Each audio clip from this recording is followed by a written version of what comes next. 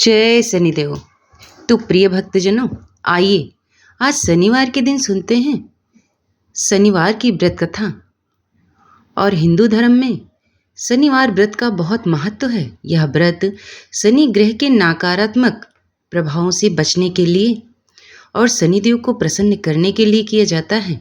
ऐसा माना जाता है कि इस व्रत को करने से शनि की साढ़े साती और ढैया के कष्टों से मुक्ति मिलती है और व्यक्ति को सुख समृद्धि भी प्राप्त होती है। तो चलिए सुनते हैं शनिदेव की व्रत कथा।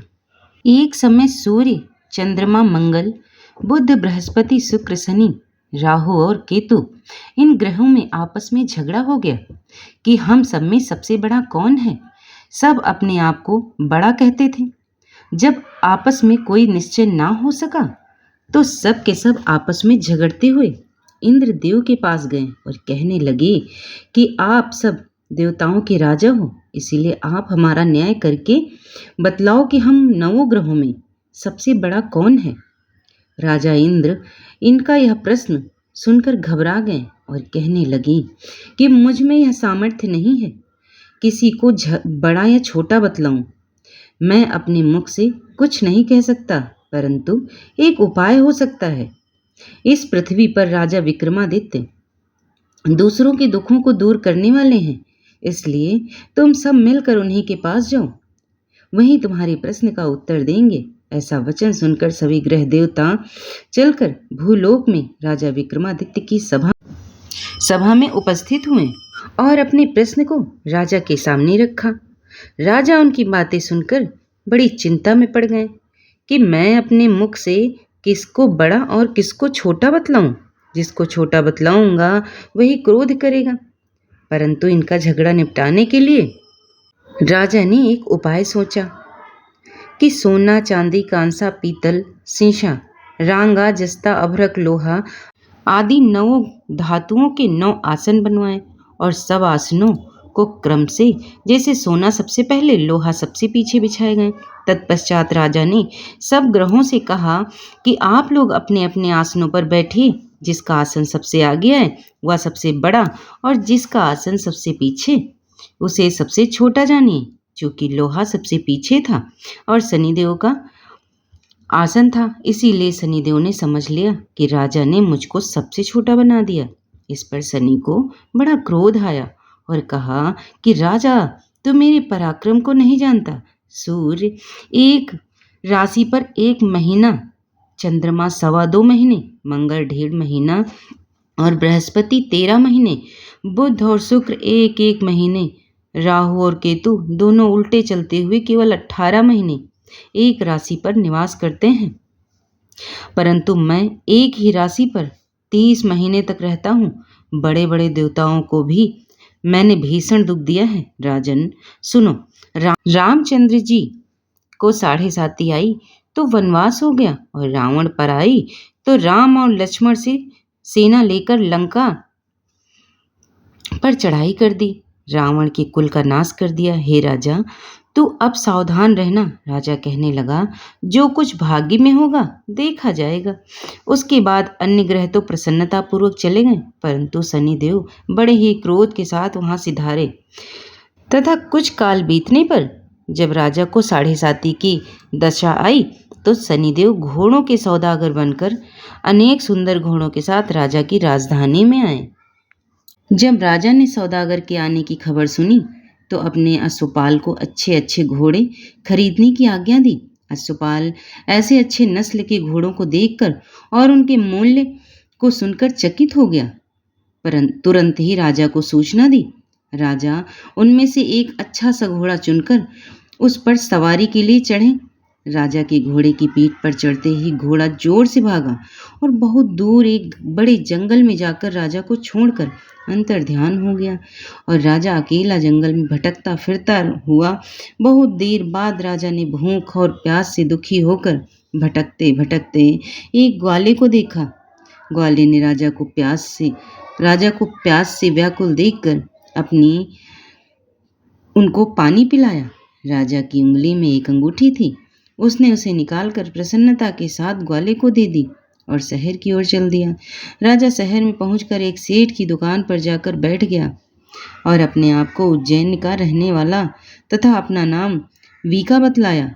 सेठ ने उसको एक कुलीन मनुष्य समझकर जलपान कराया। संयोग से उस दिन उनकी दुकान पर बिक्री बहुत अधिक हुई। तब सेठ उसको भाग्यवान पुरुष समझकर भोजन कराने के लिए अपने निवास स्थान पर ले गया। भोजन करते समय राजा ने एक आश्चर्यचकित बात देखी कि खूंटी पर हार लटका रहा और वह खूंटी उस हार को निगल रही है। भोजन के पश्चात घर आने पर जब सेठ को घर में हार ना मिला तो सबने यही निश्चय किया कि सिवाय उस व्यक्ति के और कोई भी घर में नहीं आया, अतः अवश्य ही उसने चोरी की है। परंतु वीका ने हार लेने से इनकार कर दिया। इस पर 5-7 आदमी इकट्ठे होकर उसको फौजदार के पास ले आए। फौजदार ने उसको राजा के सामने उपस्थित कर दिया और कहा कि आदमी तो भला प्रतीत होता है, चोर नहीं मालूम होता है, परंतु सेठ का कहना है कि इसके सिवाय और कोई घर में आया ही नहीं, अवश्य ही इसी ने चोरी की। ऐसा निश्चय करके तब राजा ने आज्ञा दी कि इसके हाथ पैर काट कर चौरंगिया किया जाए। राजा की आज्ञा का तुरंत पालन किया गया और उसके हाथ पैर काट दिए गए। इस प्रकार कुछ काल व्यतीत होने पर एक तेली उसको अपने घर ले गया और कोल्हू पर उसको बिठा दिया। वीका उस पर बैठा हुआ अपनी जुबान से बैल हाँकता रहा। अब राजा की 7.5 की दशा समाप्त हो गई थी। एक रात को वर्षा ऋतु के समय यह मल्हार राग गाने लगा, तो उसका गाना सुनकर उस नगर के राज की कन्या उस राग पर मोहित हो गई और दासी को खबर लाने के लिए भेजा कि शहर में कौन गा रहा है। दासी सारे शहर में फिरती फिरती क्या देखती है कि तेली के घर में चौरंगिया गा रहा है। दासी ने महल में आकर राजकुमारी को सारा वृतांत सुनाया।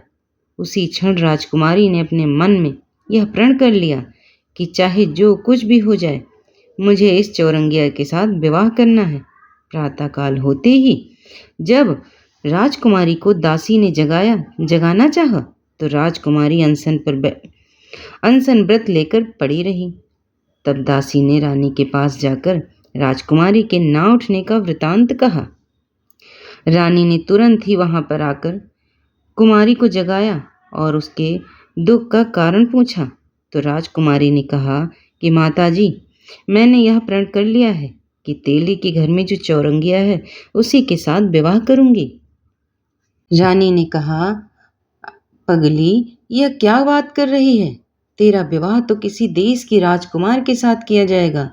कन्या कहने लगी कि माताजी, मैं अपना प्रण कभी नहीं तोड़ूंगी। चिंतित होकर रानी ने यह बात राजा को बतलाई। राजा ने भी आकर यही समझाया कि अभी मैं देश देशांतर में अपने दूतों को भेजकर सुयोग्य, रूपवान एवं बड़े से बड़े गुण राजकुमार के साथ तुम्हारा विवाह करूंगा। ऐसी बात तुमको कभी नहीं सोचनी चाहिए। राजकुमारी ने कहा, पिताजी, मैं अपने प्राण त्याग दूंगी, दूसरे को नहीं वरूंगी। इतना सुनकर राजा ने क्रोध से कहा, यदि तुम्हारे भाग्य में ऐसा ही लिखा है तो वैसा ही करो, जैसी तुम्हारी इच्छा हो वैसा करो। फिर राजा ने तेली को बुलाकर कहा कि तेरे घर में जो चौरंगिया है उसके साथ मैं अपनी कन्या का विवाह करना चाहता हूँ। तेली ने कहा कि यह कैसे हो सकता है? कहाँ आप इतने बड़े राजा और कहाँ मैं एक नीच तेली। परंतु राजा ने कहा, भाग में लिखे को कोई टाल नहीं सकता। जाओ, अपने घर जाकर विवाह की तैयारी करो। राजा ने उसी समय तोरण और स्तंभ लगवाकर राजकुमारी का विवाह चौरंगिया विक्रमादित्य के साथ कर दिया। रात्रि को जब विक्रमादित्य और राजकुमारी महल में सोए तो आधी रात के समय शनिदेव ने विक्रमादित्य को स्वप्न में दिखाया कि राजा, मुझको छोटा बतलाकर तुमने कितने दुख उठाए। राजा विक्रमादित्य ने क्षमा मांगी। शनिदेव ने प्रसन्न होकर विक्रमादित्य को हाथ पैर दिए। तब राजा ने कहा, महाराज, मेरी एक प्रार्थना स्वीकार करें कि जैसा दुख आपने मुझे दिया है वैसा और किसी को भविष्य में ना देंगे। शनिदेव ने कहा, तुम्हारी यह प्रार्थना स्वीकार्य है। जो मनुष्य मेरी कथा सुनेगा या कहेगा उसको मेरी दशा में कभी किसी प्रकार का दुख नहीं होगा, और जो नित्य ही मेरा ध्यान करेगा या चींटियों को आटा डालेगा उसके सब मनोरथ पूर्ण होंगे। इतना कहकर शनिदेव अंतर्ध्यान हो गए। इसी बीच राजकुमारी की आंखें खुली और उसने राजा के हाथ पैर देखे तो आश्चर्य को प्राप्त हुई। उसको चकित देखकर राजा ने अपना सारा हाल बताया कि मैं उज्जैन का राजा विक्रमादित्य हूँ। यह बात सुनकर राजकुमारी अत्यंत प्रसन्न हुई। प्रातःकाल राजकुमारी से उसकी सखियों ने पूछा तो उसने अपने पति का सारा वृतांत कह सुनाया। तब सबने प्रसन्नता प्रकट की और कहा ईश्वर ने अपनी मनोकामना पूर्ण कर दी। जब उस सेठ ने यह सुना तो विक्रमादित्य के पास गया और उसके पैरों पर गिरकर क्षमा मांगने लगा कि आप पर मैंने चोरी का झूठा दोष लगाया था, अतः आप मुझको जो चाहें दंड दें। राजा ने कहा मुझ पर शनिदेव का कोप था, इसी कारण यह सब दुख मुझे प्राप्त हुआ है। इसमें तुम्हारा कोई दोष नहीं है। तुम अपने घर जाकर अपना कार्य करो। सेठ बोला मेरी आत्मा को तभी शांति मिलेगी जब आप मेरे घर चलकर प्रीतिपूर्वक भोजन करेंगे। राजा ने कहा जैसी आपकी मर्जी हो वैसा ही होगा। तब सेठ ने अपने घर जाकर अनेक प्रकार के सुंदर पकवान बनवाए और राजा विक्रमादित्य को प्रीति भोज दिया। जिस प्रकार राजा भोजन कर रहे थे, जिस समय वहां पर राजा भोजन कर रहे थे, एक अत्यंत आश्चर्य की बात सबको दिखाई दी। जो खूंटी हार को पहले निगल गई थी वह अब हार को उगल रही थी। और जब भोजन समाप्त हो गया तो सेठ ने हाथ जोड़कर बहुत सी मोहरें राजा को भेंट दी और कहा कि मेरे श्री कंवरी नाम की एक कन्या है, आप उसका पाणी ग्रहण करें। इसके बाद सेठ ने अपनी कन्या का विवाह राजा के साथ कर दिया और बहुत सा धन दान दहेज दिया। इस प्रकार कुछ दिनों तक वहां निवास करने के पश्चात विक्रमादित्य ने उस नगर के राजा से कहा अब मेरी उज्जैन जाने की इच्छा है। फिर कुछ दिन के बाद राजा को विदा किया गया। राजकुमारी मन भावनी सेठ की कन्या सी कंवरी तथा दोनों जगहों के दहेज के में प्राप्त अनेक दास दासी रथ और पालकियों सहित विक्रमादित्य उज्जैन की तरफ चले। जब शहर के निकट पहुंचे और नगरवासियों ने राजा विक्रमादित्य का आगमन समाचार सुना तो समस्त उज्जैन की प्रजा अगवानी के लिए आई। राजा प्रसन्नता पूर्वक अपने महल में पधारे। सारे नगर में बड़ा भारी महोत्सव मनाया गया और रात्रि को दीपमाला की गई। दूसरे दिन राजा ने सारे राज्य में यह सूचना कराई कि शनिदेव सब ग्रहों में सर्वोपरि हैं। मैंने इनको छोटा बतलाया था, इसी से मुझको यह भारी दुख प्राप्त हुआ था। तब तो सारे नगर में नित्य शनिदेव की पूजा और कथा होने लगी। प्रजाजन अनेक प्रकार के सुख भोगते रहे। जो मनुष्य शनिदेव की इस कथा को पढ़ता अथवा सुनता है और शनिदेव की कृपा से उसके समस्त दुख दूर हो जाते हैं। शनिदेव की कथा का पाठ शनिवार के दिन अवश्य करना चाहिए। जय शनिदेव महाराज। और अब आइए बड़ी ही एक रोचक कथा सुनते हैं और आगे जानते हैं कि शनिदेव के पेड़ में जल क्यों चढ़ाते हैं। तो प्रिय भक्तजनों, शनिदेव की दृष्टि क्रूर मानी गई है और उनकी चाल धीमी। क्या आप जानते हैं कि शनिदेव की चाल धीमी क्यों है? के पीछे एक बड़ी ही दिलचस्प कथा है और इस कथा से हमें यह भी पता चलेगा कि शनिदेव की दृष्टि से बचने के लिए पीपल के पेड़ पर जल क्यों डालते हैं। पौराणिक कथा के अनुसार जब देवलोक पर वृत्तासुर ने कब्जा कर लिया था और वह देवताओं को पराजित करने लगा, तब देवराज इंद्र को अपने राज्य को बचाने के लिए वृत्तासुर का वध करना था। लेकिन इंद्र पहले से ही वृत्तासुर की शक्तियों से परिचित था, इसलिए वह ब्रह्मा जी के पास गया। तब ब्रह्मा जी ने बताया कि पृथ्वी लोक पर महर्षि दधीचि की हड्डियों से वज्र बनाकर वृत्तासुर को मारा जा सकता है। यह बात सुनकर इंद्र महर्षि दधीचि के पास गए और देवराज इंद्र ने महर्षि दधीचि से अपनी हड्डियों को दान करने की बात कही। तो हे प्रिय भक्तजनों, महर्षि दधीचि ने बिना कुछ सवाल किए ही अपनी हड्डियों को दान करने की बात पर राजी हो गए और उन्होंने समाधि मुद्रा में देह त्याग दिया। और इस तरह से महर्षि दधीचि ने अपनी हड्डियों को वृत्तासुर को मारने के लिए दान कर दी। और महर्षि की पत्नी को यह बात जब पता चली तो उनके पति ने देवताओं की मदद के लिए अपने प्राण त्याग दिए। तब वे इस दुख को सहन नहीं कर सकी और उन्होंने सती होने का निश्चय कर लिया। और जब शमशान में महर्षि दधीचि के मांस पिंड का दाह संस्कार हो रहा था तो उनकी पत्नी अपने पति का वियोग सहन ना कर पाई और पास में स्थित एक विशाल वृक्ष के कोटर में 3 वर्ष के बालक को रख स्वयं भी स्वर्गलोक सिधार गईं। इस प्रकार महर्षि दधीचि और उनकी पत्नी का बलिदान हो गया। किंतु पीपल के कोटर में रखा बालक भूख प्यास से तड़प तड़प कर चिल्लाने लगा। जब कोई वस्तु नहीं मिली तो कोटर में गिरे पीपल के गोंदों मतलब कि फल को खाकर बड़ा होने लगा। कालांतर में पीपल के पत्तों और फलों को खाकर बालक का जीवन पत्तों और फलों से सुरक्षित रहा। एक दिन देवर्षि नारद वहां से गुजरे। नारद ने पीपल के कोटर में बालक को देखकर उसका परिचय पूछा। नारद, बालक तुम कौन हो? नारद ने पूछा कि बालक तुम कौन हो?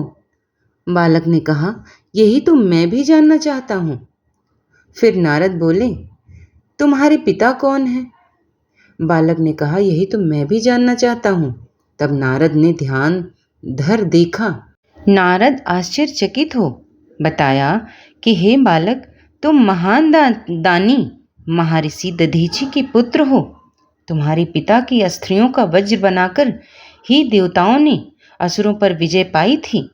नारद ने बताया कि तुम्हारे पिता दधीचि की मृत्यु मात्र 31 वर्ष की कम आयु में हो गई थी। बालक बोला, मेरे पिता की अकाल मृत्यु का क्या कारण है? नारद जी ने बताया, तुम्हारे पिता पर शनिदेव की महादशा थी। बालक फिर कहने लगा, मेरे ऊपर आई विपत्ति का क्या कारण था? नारद ने बताया, शनिदेव की महादशा।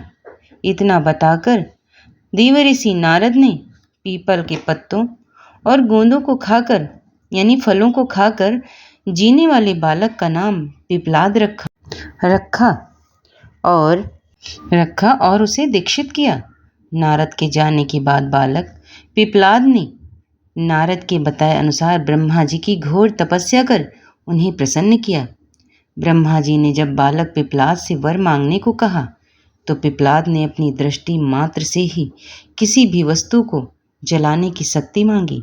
ब्रह्मा जी से वर मिलने पर सर्वप्रथम पिपलाद ने शनि देव का आवाहन कर अपने सन्मुख प्रस्तुत किया और सामने पाकर आंखें खोलकर भस्म करना शुरू कर दिया।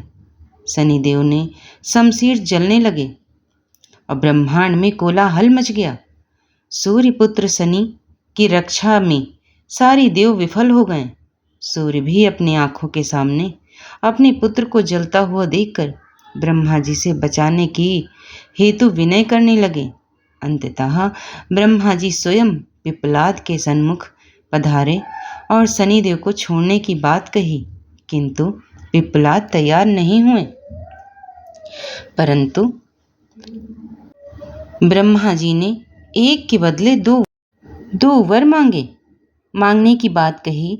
तब पिपलाद ने खुश होकर निम्नवत 2 वरदान मांगे। जन्म से 5 वर्ष तक किसी भी बालक की कुंडली में शनि का स्थान नहीं होगा, जिससे कोई और बालक मेरे जैसा अनाथ न हो। मुझ अनाथ को शरण पीपल वृक्ष ने ही दी। अतः जो भी व्यक्ति सूर्योदय के पूर्व पीपल वृक्ष पर जल चढ़ाएगा उस पर शनि की महादशा का असर नहीं होगा। ब्रह्मा जी ने तथास्तु कह वरदान दिया। तब पिप्पलाद ने जलते हुए शनि को अपने ब्रह्मदंड से उनके पैरों पर आघात करके उन्हें मुक्त कर दिया, जिससे शनिदेव के पैर क्षतिग्रस्त हो गए और वे पहले जैसी तेजी से चलने लायक नहीं रहे। अतः तभी से शनैश्चरित या शनैश्चरः अर्थात जो धीरे धीरे चलते हैं वही शनैश्चर हैं कहलाए और शनि आग में जलने के कारण काली काया वाले अंग भंग रूप में हो गए। संप्रति शनि की काली मूर्ति और पीपल वृक्ष की पूजा का यह धार्मिक हेतु है। आगे चलकर पिप्पलाद ने प्रश्नोपनिषद की रचना की, जो आज भी ज्ञान का बृहद भंडार है और इसी कारण से लोग पीपल के वृक्ष पर जल चढ़ाते हैं। और कथा यहीं पर समाप्त हुई है। और अगर पसंद आई है तो चैनल को लाइक शेयर सब्सक्राइब जरूर कर लेना। धन्यवाद।